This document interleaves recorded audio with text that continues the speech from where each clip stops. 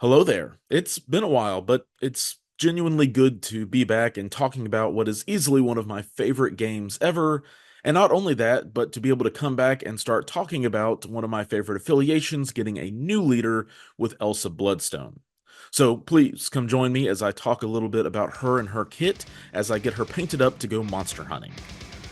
My name is Nate, and welcome back to the Gamers Guild.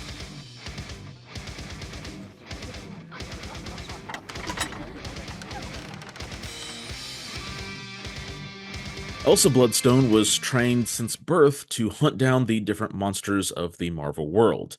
And even though she ended up deciding to fight alongside them instead, her toolkit and abilities give her a good bit of versatility to deal with whatever kind of monsters that she has to deal with. Elsa needs no alter ego because, well, she is just Elsa. Or is it that she doesn't need a super title, I guess? Either way, she is rocking a pretty average stat block with a slight weakness to energy. 6 stamina on both her front and backside is pretty respectable for a 4 threat, and she has the very average small base medium move. So nothing really crazy in her stat block. But her first attack more than makes up for it. Monster Hunting Weapons is a range 4 5-die physical builder that seems par for the course until you see that it has not one but two independent triggers for different and powerful conditions. On a crit, Elsa can apply Slow, and on a wild, you get to apply Incinerate. The Slow is one of those conditions that is either useless because slowing a character like Holt doesn't really do anything, but on other characters who rely on different advance abilities or have a charge, slow is one of the worst conditions in the game. So then you have the chance to apply also Incinerate, which is a status condition that is relevant for pretty much any and everybody, unless, well, they're immune to it. All in all, this is an outstanding builder. It's got a good range on it, and it has a pretty good chance to apply meaningful status conditions. I mean, slow from range 4 away will also keep her at arm's length for the more punchy characters out there. Her other attack, Bludgeon Blast, is a mystic range 3 attack that starts out as a 6-die attack for 1 power, but you can spend up to 3 extra power, and for each power spent, you add 1 dice. So, a 4 power 9-die mystic attack is a really good rate for a 4 threat spender. That might be because it doesn't do too much else. There are no movement shenanigans, conditions, or control attached to the attack, but there is a very interesting wild trigger for degeneration. If you get it, the enemy character can't have damage removed from it for the remainder of that activation phase, which is basically to say for the rest of that round. It's not worded that way because if you happen to daze a character with this effect, they wouldn't get to remove damage during cleanup, and that would be overpowered as all get out. So this trigger for the most part is cute and just kind of fun to have on a good weight of dice attack. But for the characters that really care about their health regeneration, this attack can actually really put them in a bad spot. Immortal Hulk, Dracula, Venom, and Apocalypse are just a few of the monsters that come to mind where this trigger can really stunt their game plan. Not to mention a plethora of other niche cases like Hela on her injured side, Blade, and really just anyone with healing factor. So, all in all, she has a pretty decent array of attacks. Moving to her superpowers, we have Running Gun, which really should be called Gun and Run since it lets her attack and then move. Regardless, though, it's a great ability and gives her some action economy, especially with her longer range attacks. Her supernatural senses is some great defensive tech, letting her reroll any number of defense dice, including skulls, for physical and mystic attacks. This makes her 4 dice numbers on those defenses even more solid, but it does reveal a pretty significant chink in the armor with her energy defense. The last ability she has is Bearer of the Blood Gem. It's pretty niche, but still cool. Dealing damage to enemy characters when they apply a status condition to Elsa is quite relevant, especially since most attacks that give out status conditions are not a may and are a forced condition. This is something easily forgotten, but can be very important if your opponent forgets about it and has a character with maybe 1 health left that then makes a swipe at Elsa. The other part of the ability prevents a few of the different control effects from Mystic and superpowers, which, while again, it is a little bit niche, it's still a really nice ability to have on a character. With no changes to her injured side, Elsa is a pretty versatile ranged combatant.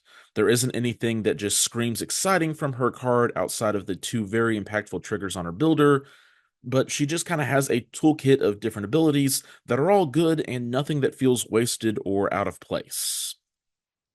Sometimes a character with a lot of long ranged abilities will also randomly have an ability that is along the lines of, and also if you're within range 2 of the defender, here's a bonus. So while parts of Elsa's kit are indeed niche, they're all still good for her to have. She does have a specialized team tactic card with covering fire. It has to be played during the power phase, which means even if you don't have priority, you get a chance to play it, which is really nice. And I would much rather take that over having some leeway on whether or not to decide to play it later in the round. Basically, this card gives her and her buddies a 5-die counter-strike effect as long as the attacker is within range 4 of Elsa, which, depending on the secure layout, very well could end up being the entire enemy team. It's only active while she is alive, though, so it might be tricky to balance having her far enough forward for the effect to trigger, but also not necessarily putting her in a very vulnerable position.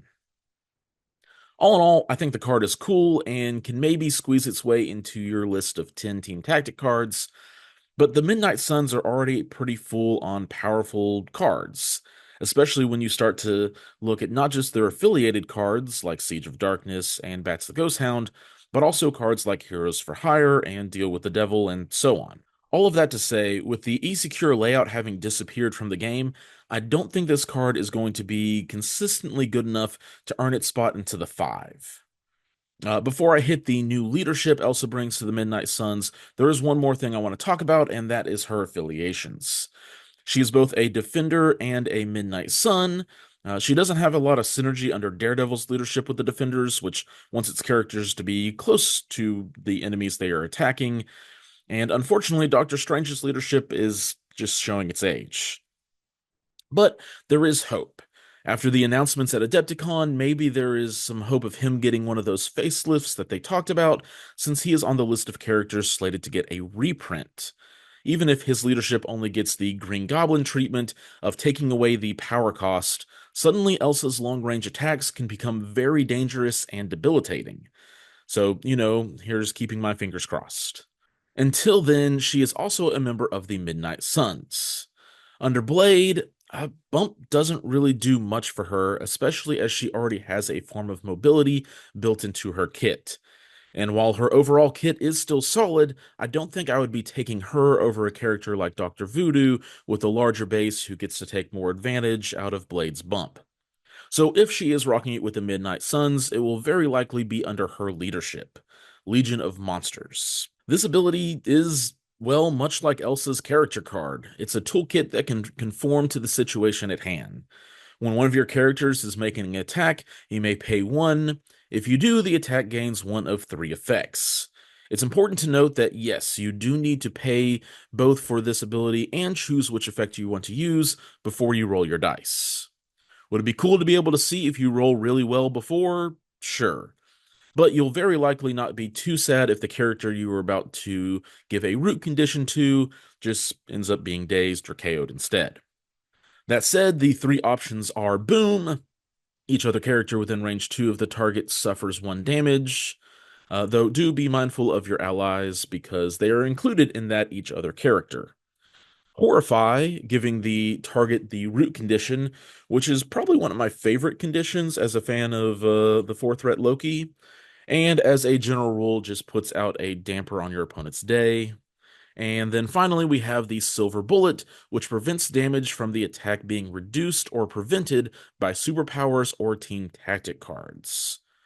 Ignoring the normal damage reduction from tougher characters in the world is already a really big win, but being able to bypass cards like Odin's Blessing or Xavier's Dream can absolutely swing the trajectory of a game. Because of its toolkit nature, I don't think this is really a leadership you are trying to find the perfect character to build around. Unlike a character like Steve Rogers of the world, who really want a reactive and cheap superpowers to make the most of his leadership. Elsa's ability gives you a lot of freedom when building her team of monsters. One thing that I do feel is quickly worth noting before getting on to squad building is the limitation of her leadership only being once per turn, not once per character per turn.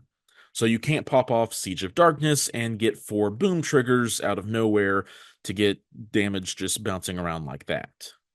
Now, like I said, there isn't a lot of list building where you can really synergize off of Elsa's leadership, but I think there are 2 exceptions to that general premise. The first is less a building around a synergy and more of an observation of what characters to not instantly include. I don't think this is a leadership that really wants to try and share roster space with a team built around Blade's leadership. Your slow moving big based characters like Hulk and Man Thing that gain a lot of benefit from teaming up with Blade don't necessarily have that same level of synergy with Elsa, and she doesn't instantly make up for their potential deficiencies in those areas. So avoid the trap of building around a team of both Midnight Sun leaders, at least until you have some reps with Elsa and find out what works for you. And for me, what I've really enjoyed on the small synergistic side is actually a suggestion from Kenny G, and that is the addition of, well, Loki, the 4th red one specifically.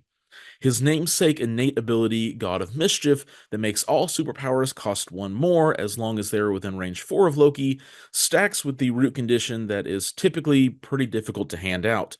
Or at least it was until Elsa's leadership made it a guaranteed condition on attack.